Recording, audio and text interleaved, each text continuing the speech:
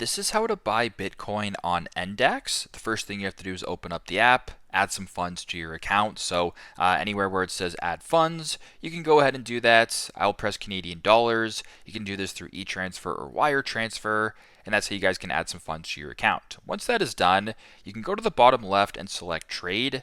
And then where it says markets, for me below it says Bitcoin or ticker symbol BTC. We'll go ahead and select that.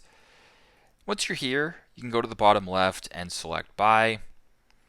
Now make sure that buy is selected. So if it says sell, it'll be red. If it says buy, it'll be green. Below that, it'll you can change your order type. So there's market, limit, stop, etc. I will just keep it at market for this demonstration. And then below that, where it says order size, that's how much Bitcoin you want to purchase, or that you want to purchase. Or below that is how much dollars you want to purchase of Bitcoin. So if you wanted to go ahead and do, let's just say $10 worth, you could type in 10, press the check mark right there. It'll then show you the current market price, the order total, the fees, as well as how much would be received.